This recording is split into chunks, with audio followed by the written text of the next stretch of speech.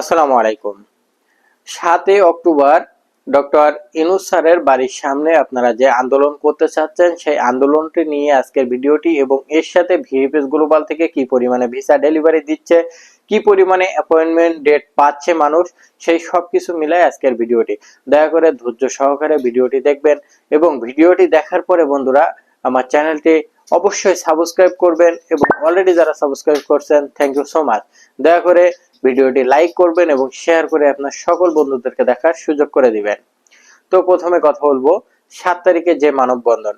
বন্ধুরা আপনারা কিছুদিন আগে 9 তারিখে, সেপ্টেম্বর মাসের 9 তারিখে ভিএফএস গ্লোবাল, পররাষ্ট্র মন্ত্রণালয়, ইতালি রাষ্ট্রদূত আপনারা একটা মানববন্ধন করছিলেন। মানববন্ধন করার পরে সেটা সুষ্ঠু হয়েছিল। সুষ্ঠু মানববন্ধন করার পরে তারা কথা দিছে জানুয়ারি মাসের মধ্যে ভিসা সবকিছু সমাধান করে দিবে। তো সেই হিসাবে তাদের কাজ যেটা বলছে, আজকে প্রায় 1 মাস হয়ে যাওয়ার মতো হয়েছে, 20 দিন প্লাস হয়ে গেছে। তো এই 20 দিনের মধ্যে তারা সেই হিসাবে ভিসা কিন্তু ডেলিভারি দিতে পারতেছে না, এটাই তাদের ব্যর্থতা। আমাদের ইতালি যে রাষ্ট্রদূত বাংলাদেশে আছে তার সম্পর্কে একটু কথা বলি। তিনি এর আগে যে কয়টা দেশে দায়িত্ব পালন করছে রাষ্ট্রদূত হিসাবে, সব কয়টা দেশে ভিসার জটিলতা সৃষ্টি করে আসছে। কোন দেশে ভালোভাবে ভিসা তিনি দেয় নাই, সব দেশে এরকম একটা ঘাবলা তৈরি করে রেখে আসছে। জানি না কেন সে এমন করে, কিন্তু বাংলাদেশে এসেও সেই একই অবস্থা। আর কিছু ছবি তোলপাড় চলতেছে ইউটিউবে বা ফেসবুকে ইটালি রাষ্ট্রদূতের সাথে বাংলাদেশের কিছু অসাধু ব্যবসায়ীদের ছবি, তো তাদের নাম বললে দরকার নাই।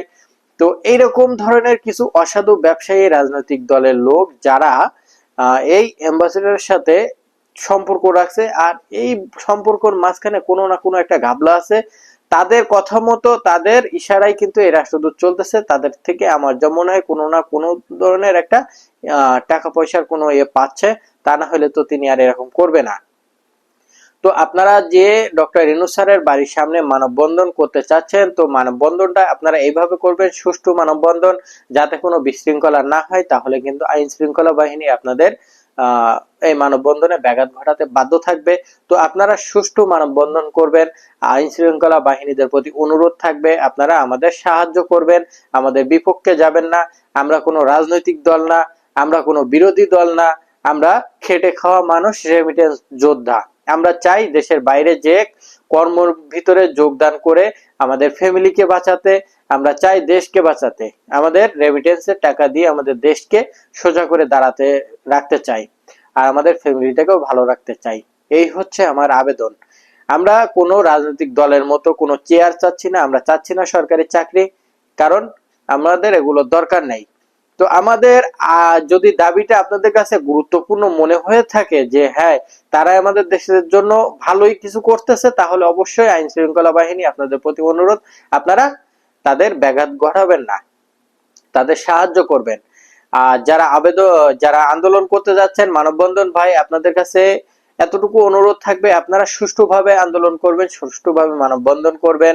আপনাদের ভিতরে সবাই যদি ওখানে 5,000 লোক এক জায়গায় হয়, সে 5,000 লোক কিন্তু ডক্টর ইউনূস স্যারের সাথে কথা বলতে পারবেন না।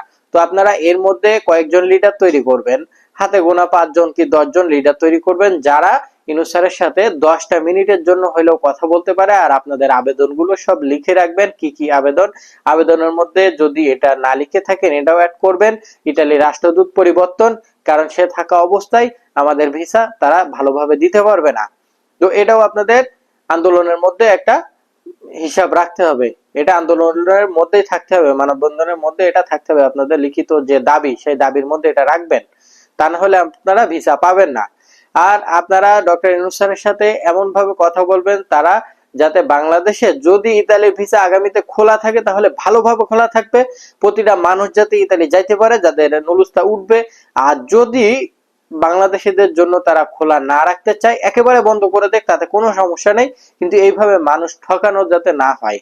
আর যারা এর সাথে জড়িত, এই যে অ্যাম্বাসেডরের সাথে যারা জড়িত, ভিএফএস গ্লোবালের সাথে যারা জড়িত, ক্রাইম হিসাবে যারা মানুষের টাকা লুট করে অপেক্ষায় রাখছে, কারো ভিসা দিচ্ছে না, তাদের আইনের আওতায় আনার জন্য অনুরোধ থাকবে। তো আপনাদের পাশে আছি, আপনাদের জন্য দোয়া রইল। আপনারা সুষ্ঠুভাবে মানববন্ধন করুন, আপনাদের মানববন্ধন যাতে পুরোপুরি সাকসেস হয়, এই দোয়া আপনাদের জন্য রইল। এখন ভিএফএস গ্লোবাল সম্পর্কে ভিএফএস গ্লোবাল যে আগের পর থেকে একটু ভিসা বেশি দেওয়া শুরু করছে, কিন্তু এইরকম পরিমাণে ভিসা দিলে জানুয়ারি কেন, এপ্রিল মে জুন মাসেও আমাদের এই জমা থাকা পাসপোর্ট গুলো ফেরত আমরা পাবো না। তো সে যে হিসাবে ভিসা দিচ্ছে এই হিসাবে হবে না। আর অ্যাপয়েন্টমেন্ট ডেট বলতে গেলে আগের তুলনায় এখন অ্যাপয়েন্টমেন্ট, এই যে গত 2-3 দিন যাবত যতটুকু খবর পাইছি, যতটুকু মানুষ আমাদের কাছে মেসেজ দিছে যে ভাই আমরা মেইল করার সাথে সাথে আমরা জবাব পাইছি, মেইল করার পরপরই আমরা ফিরতি মেসেজ পাইছি যে আমাদের অ্যাপয়েন্টমেন্ট ডেট আমরা পেয়ে গেছি। তো শুধু অ্যাপয়েন্টমেন্ট ডেট পাইলে হবে না, যারা অ্যাপয়েন্টমেন্ট ডেট পাইছে তাদের জন্য রইল শুভকামনা। তো শুধু এই ডেট পাইলে তো হবে না, ভিসা পাইতে হবে। তো যাতে ভিসা সহজভাবে হয়, কোনো জটিলতা না থাকে বাংলাদেশের ভিসা নিয়ে, বাংলাদেশের মানুষের জন্য ইতালির ভিসা নিয়ে, এই আন্দোলনে আপনারাও শরীক হন, আপনারা সুষ্ঠুভাবে আন্দোলন করেন, আপনাদের আন্দোলন সাকসেস হয়, এই আপনাদের জন্য দোয়া রইল।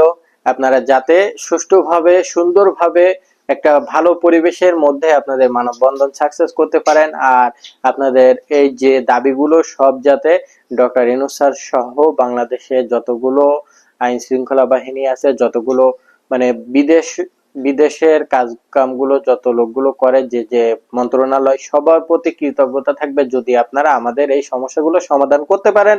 তো এই ছিল আজকে আমার ভিডিওটি। যদি আমার ভিডিওটি ভালো লেগে থাকে বন্ধুরা, অবশ্যই আমার চ্যানেলটি সাবস্ক্রাইব করবেন এবং লাইক শেয়ার করে পাশে থাকবেন। ধন্যবাদ সবাইকে।